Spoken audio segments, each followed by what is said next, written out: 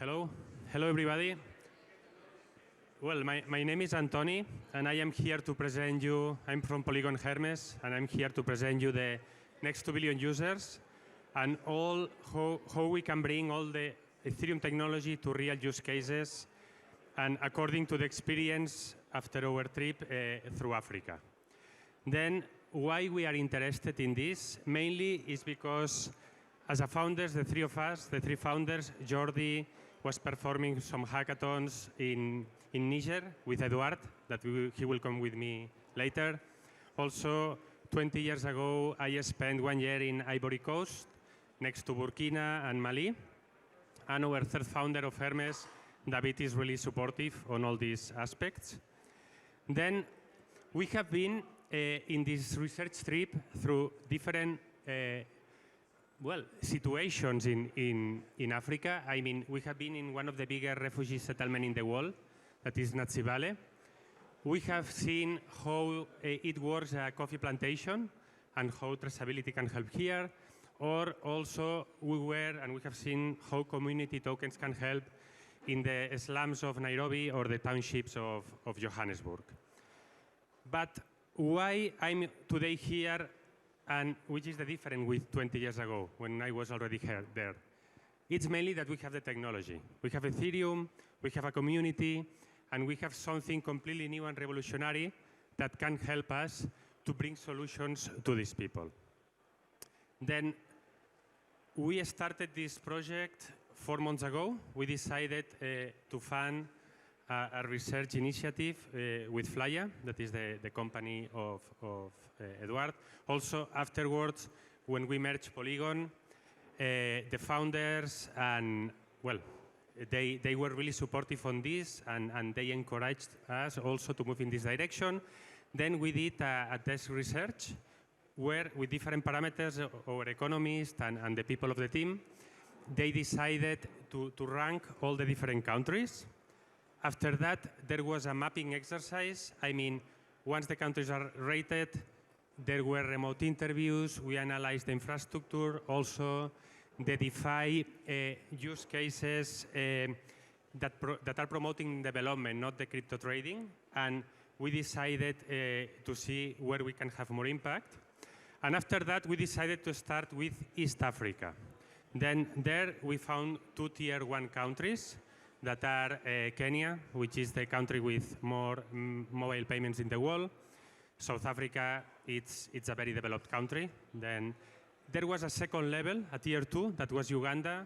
Uganda is the bigger producer of coffee in the world. It's the country with more wildlife biodiversity. And there were also some countries that they have huge infrastructure problems, a lack of investments, like Zimbabwe or Zambia, and we were there to analyze what is happening. After that, we started our road trip, we can say. We had more than 200 interviews. I mean, it was really intense. And from there, what we have seen is basically that there are 3 pillars that should be addressed. The first one is related with education. I mean, local developers, they don't have enough access to Ethereum tools. Also, when we were in incubators, all the entrepreneurs are really focused on Web 2. Almost nobody is in Web 3. This was a surprise. Then we need to create this awareness. Also, what happens is that once an entrepreneur is successful, a developer is also brilliant, he leaves the country, and he's hired by an international company, which means that human capital, there is a scarcity of human capital. On regulation, we work with ministers, with lawyers, we work with local people. They are really scared. When they listen blockchain, they think we are speaking about the scammers. In this country, the experience is not really good on that. Then we need to educate them to explain what we are bringing. And at the same time, journalists are very focused on these use cases. And then we need to explain them which is the value that Ethereum can add to them. Finally, and it's clear, there are use cases where blockchain technology can fix ongoing problems as related with payment platform, with KYC and identity, NFTs to protect wildlife. I mean, there are a lot of things that can be addressed, and we are already working on that. Nevertheless, it's true that all these three pillars, they should be addressed globally. This is an ecosystem approach. I mean, because if, for example, in Kenya, it was curious to me that everything seems perfectly aligned, but the regulator and the government is totally against blockchain. Then, although the entrepreneurs have very good initiatives, they are not going to be able to succeed if the regulators and the government is not seeing the value added of Ethereum. Okay, then we had all these initiatives, but also what we have seen, and I'm sure that all of you that you are here, you want to help, is also embedded in our DNA as Ethereum believers, we can say. But also maybe because we are swamped, we have hundreds of things to do, we don't have the time. Also, we don't know to who we should address. There is this lack of trust, but meaning to who I should give my money. At the same time, there are the local players. They are brilliant. They have a lot of initiative. They don't need that we guide them. I mean, they know the problems that they have, and they are trying to address it, but also they don't know with whom they should speak. In fact, the only two startups that they had international contacts, one was led by a European woman and the other by a North American woman also. I mean, they are the ones who know how to play this international game. Okay, then with this in mind, we decided to set up an approach with one person that we know, that is Eduard. He has more than 20 years of experience in international development. Then please come and explain how we address this common effort. Thank you, Tony. So, thank you. I've had the chance and the opportunity to work in places like Pakistan, Afghanistan, Central America, and the last 10 years in the Sahel and different parts of Africa. And having been in international development for so long, I don't think I have ever been excited about my job as I am now. What I see here, coming from a different angle that you guys come, is an opportunity to address international development in a very different way. In a way that is quick, that is agile, that does not have head over costs, where you can get things done and where you can adapt. What's one of the major differences, apart from this, that I'm seeing? You have a technology that, at the end of the day, needs to work with people. That's the main objective of blockchain at the end of the day, right? And on the other hand, you have a number of local organizations who have a lot to offer. So you have a situation that is really an opportunity for both sides. This is not a top-down approach like we sometimes see in international development. It's two different groups of partners who have the opportunity to build and work together. On the one hand, you have international players who can provide finance and expertise, obviously. But on the other hand, and I think this is super important to understand, is that the local players, the local actors, they are bringing a number of things. The first one is that nobody except them understands what the issues at hand are in their country. I talk a lot about social good. I don't know what social issues are in Kenya. That's the Kenyans that know, right? Also, they have that energy, but most importantly, what they have is access to a huge, huge, huge market for this ecosystem. So this goes both ways. This is where we need to work to get things going both ways through transactions, right? So this is what they can both provide. At the same time, these groups also need to receive something in exchange for this to work. So international organizations, at the end of the day, we need transactions. We need the system to work, right? We need to understand what is happening in these developing markets. What are the trends? How are they thinking about blockchain? What are their thoughts, not our thoughts? And on this side, how can they help? They can provide this market know-how and these transactions. So the idea is to create this situation where both can win. However, as Tony mentioned before, there's that gap. How do you create that connection and that trust? And this is where we think we can come in by understanding international development and blockchain, right? What would be our role? First of all, as a connector. That's a basic one. connecting, sure. Everybody knows how to connect. You go on LinkedIn, etc., right? But more importantly, for many of these projects, we can act as an implementer. We can support, for example, somebody working in environmental issues that sees the possibility of using blockchain, but they understand environment more than blockchain, and we can support them implementing there. Or you can see that the local players understand better technology, but not the societal problem at hand. So we can come in there and work with them to make sure that these projects go somewhere. And just as importantly, what you need to do is to understand, where is that money going? Is that money being properly used? You need to monitor and track and evaluate projects consistently. Unless you do that, it just goes into a big black hole. It is hard to follow, and it's hard to know if this investment is bringing in transactions. Hence the idea of creating that trust that goes from both sides, that goes both ways, which is very different from how we've seen many projects in international development until now. We've been speaking already to a bunch of potential partners on this. First and foremost, of course, the Ethereum ecosystem, all of you, right?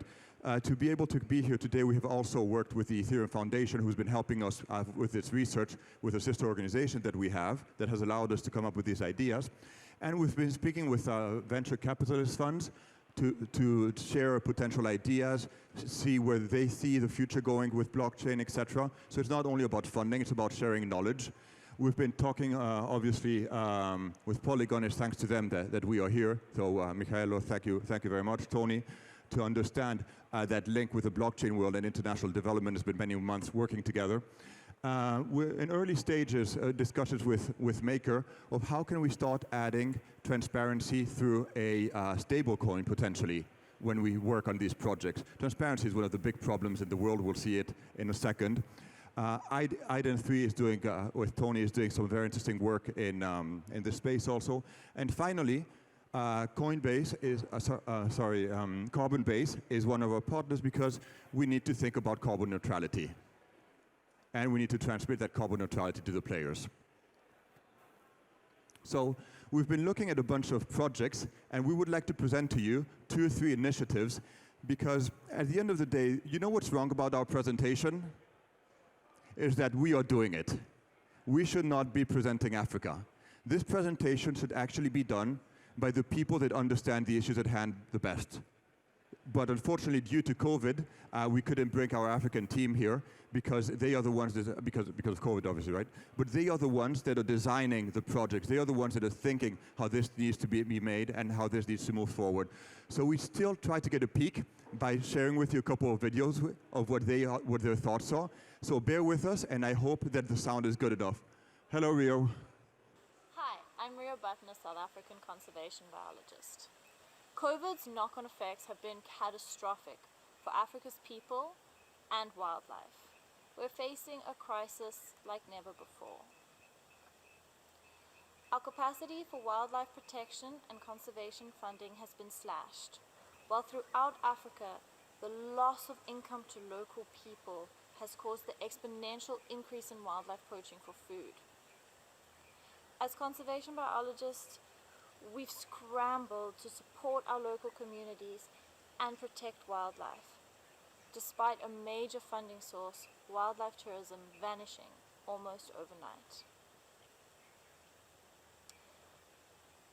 We need new African conservation solutions. As part of Wildcards, I'm working with Polygon and Flyer to create these solutions.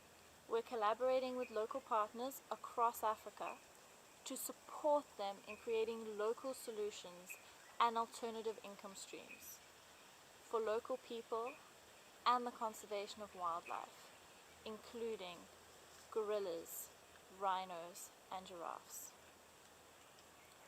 Protecting our wildlife is critical for the future of Africa and its people. So why do we think this case is particularly interesting? It's not only about getting NFTs to support the animals. That's very important, yes. There's a case that is detected where you have a problem because of COVID. which can be solved potentially through getting more funding because you have no tourism right now in different ecosystems, like the ecosystem of the African giraffes in Niger or in Uganda, the gorillas, right? But what happens if you take all this money from NFTs and you just put it in a big pool in a country? You don't know where it's going. That's one of the big problems in development, and this is why I'm so excited, is because tools like blockchain allow you to be able to trace that funding. So we can support the implementation and make sure we understand where those funds are going and to ensure that these funds are spent on the rangers that are working at the conservation. So it's about working with a stable coin. We've been talking to Maker a bit about this, to be able to track that, right? So we always try to find more than one societal problem: environment, good governance, etc. This is George in Kenya, who works on coffee. My name is George Maina from Kenya. Kenya is one of the biggest and largest producers of the best coffee globally. Right now, 1 kg of coffee retails between $15 to $20 globally.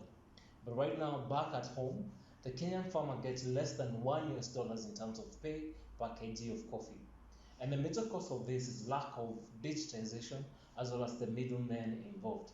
As Shamba Records, what we do, we provide a real-time farm management tool that's able to collect data from the farm level, that's the production data from the farm, as well as is able to create a digital identity that runs on blockchain technology. Through that, we're able to trace the origin of the coffee, and again, we're able to reduce the number of middlemen in the value chain, and again, we're able to increase the value as well as the pay of the farmer by 20%. Right now, we've been impacting over 10,000 farmers through the help of Polygon together with Flyer, and we hope to impact close to 1 million farmers in the next 18 months. So it's our call that you join us on this journey so that we can be able to impact more as well as we can be able to use blockchain technology for greater good. Thank you. George is already working with around 10,000 farmers. That means transactions, right? And we think this case is particularly interesting because we need to look at it from a push-pull perspective. It's very good that on the one hand you have these local ecosystems who want those projects out, but there's also an international tendency where there's a demand in the market for products that are responsibly sourced. So we see the opportunity there, and the solution has to go through blockchain. There are many other cases that are very strong with transactions, and Tony's going to close these really quickly. Thanks, Eduard. Then what I want to bring here are tangible use cases where we are helping, we are providing a solution, but at the same time are creating millions of transactions. First of all, is remittances. When we were in Zimbabwe, they are paying 20% in fees for a money transfer. And Zimbabwe is one of the poorest countries in the world. I mean, this shouldn't be allowed.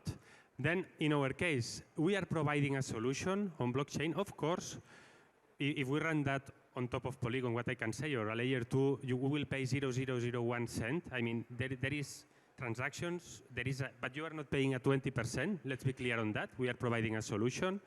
Also, we are speaking with some of you related with the stable coins. These were the discussions with Maker that we were speaking about. And here, what I want to highlight is that this should be a win-win situation. We have the technology, and we can fix a huge problem. We can bring the tools to fix a huge problem that they have. Another example, land rights.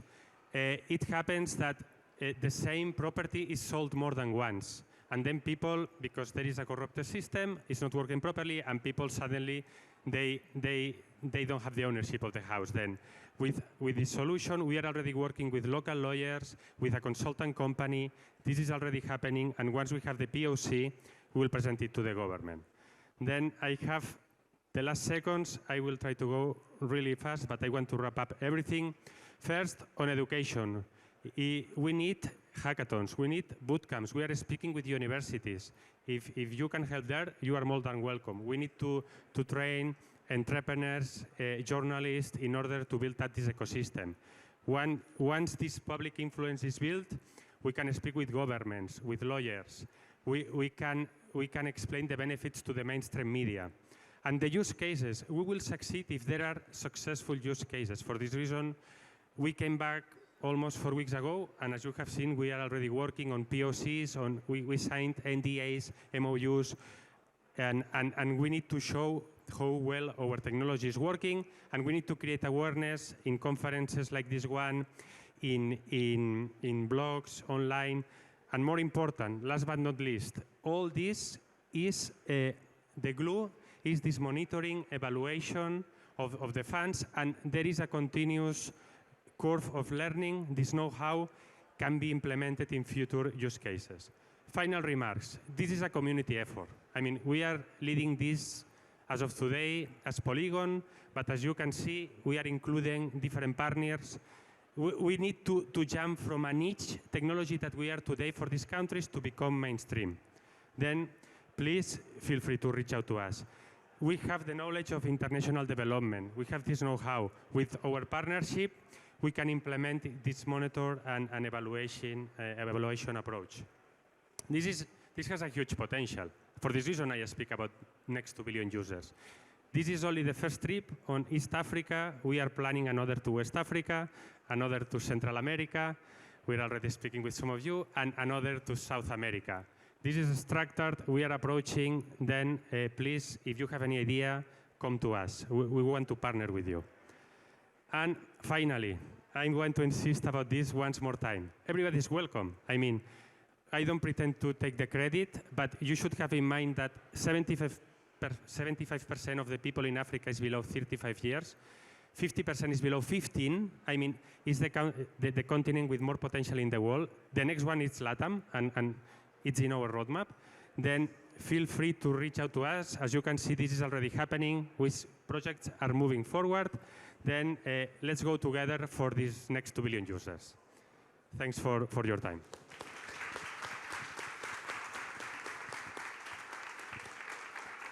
Thank you, guys.